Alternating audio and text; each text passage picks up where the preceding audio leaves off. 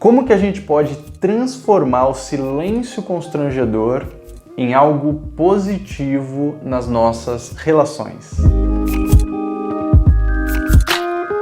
Olá, seja muito bem-vinda ou bem-vindo a mais um vídeo do nosso canal. E no vídeo de hoje eu quero falar de um assunto que é bastante presente e que costuma trazer muita ansiedade para as pessoas durante as interações que nós temos no dia a dia com qualquer pessoa, mas frequentemente acontece com aquelas pessoas que a gente tem pouca intimidade, pouca familiaridade, que é o silêncio. O silêncio é frequentemente visto como algo desconcertante, angustiante, que traz ansiedade. Ele é algo assim estranho, esquisito, socialmente falando. Quase todo mundo não gosta muito do silêncio, né?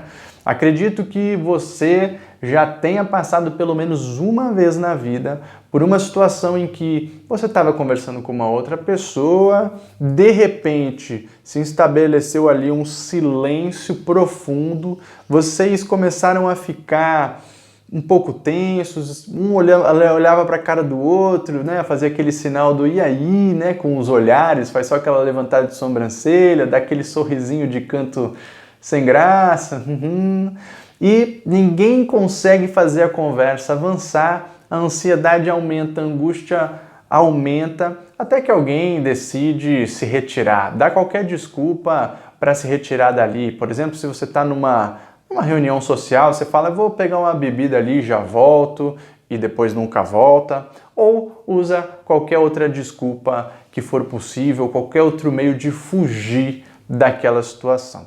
Eu quero contar para você um jeito da gente transformar esse silêncio angustiante que traz ansiedade, que traz um desconforto em algo positivo que pode te ajudar a transformar, a melhorar as suas relações diárias, as suas relações cotidianas com qualquer pessoa.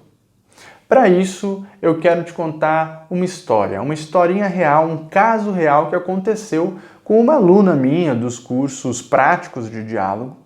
E é um caso bem interessante que trata especificamente desse nosso tema do silêncio.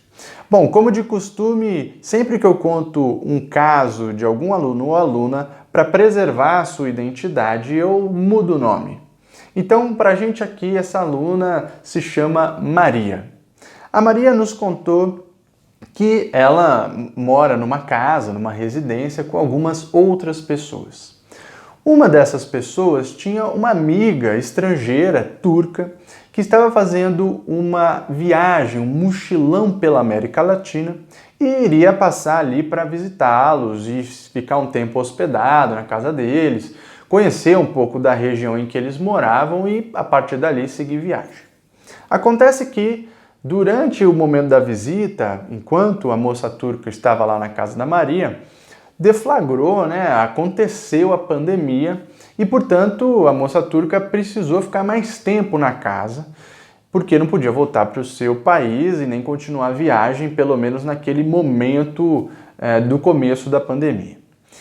E o que a Maria nos contou era o seguinte: essa moça turca não falava português, ela falava turco e um inglês bem mais ou menos assim e com muito sotaque turco.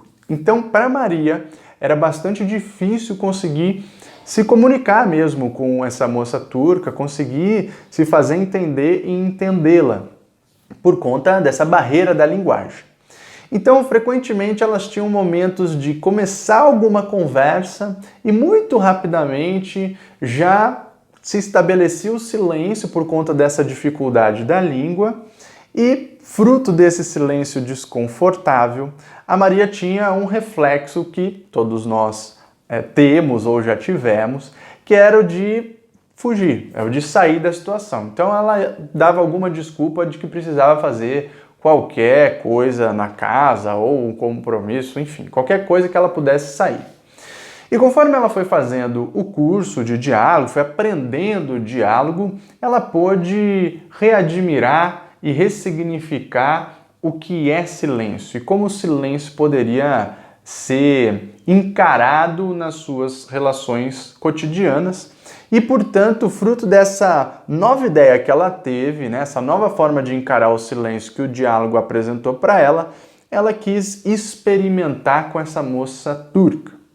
Então, numa oportunidade que elas tiveram de novo de conversa, ela decidiu ir além. Quando aquele momento de desconforto do silêncio se fizesse presente, ela ia aguentar um pouco mais e ver o que acontecia. E assim ela fez. Então teve uma próxima conversa, o silêncio se estabeleceu e aí ela lutou, foi se segurando para ficar.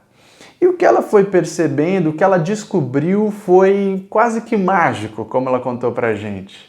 Conforme elas conversavam, por conta dessa dificuldade da linguagem, a conversa acabava morrendo bastante rápido. Até por conta mesmo dessa questão da língua, né? De conseguir ter as palavras, se fazer entender, explicar em mais detalhes alguma coisa. Então ficava difícil falar bastante.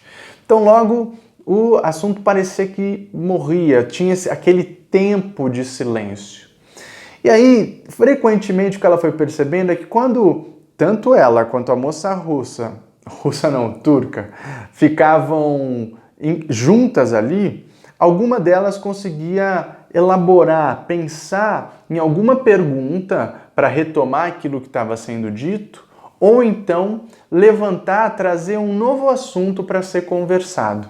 E aí elas conversavam mais um pouquinho, o assunto de novo diminuía e depois ou fazia uma pergunta sobre aquele assunto anterior ou levantava um novo. E ela falou que a conversa foi muito boa. Falaram sobre temas diversos. Se eu não me engano, tinham falado sobre astrologia, tinham falado sobre as profissões delas, tinham falado sobre uma série de temas do interesse delas ali que permitiu com que elas se conhecessem.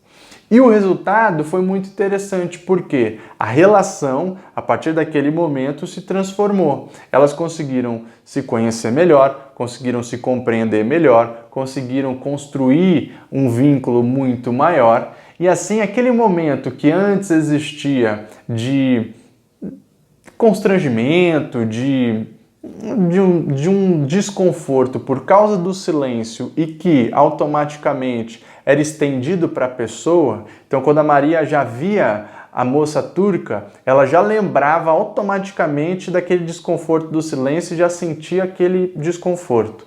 Isso sumiu. Isso já, depois daquela situação, daquele momento de aprendizado, de transformação, foi mudado. E a partir dali, até o momento em que a moça esteve presente, hospedada na casa dela, foi muito agradável o convívio e a relação entre elas. Então veja como o poder de transformar a nossa interpretação aqui é bastante relevante e como o silêncio pode ser percebido como algo de criação. É isso que eu quero que a gente tenha em mente aqui. O silêncio, ao invés de ser aquele momento constrangedor, chato, esquisito, desconfortável, pode ser um momento de respiro, de consideração do que havia sido dito pela outra pessoa, de construção de uma pergunta ou até mesmo de elaboração de um novo tema, de uma nova proposta de conversa. E assim, então, ele se transforma, ele deixa de ter aquele caráter negativo, pesado, e passa a ter um caráter positivo e até gostoso que nos ajuda nas nossas relações diárias, nas nossas relações cotidianas.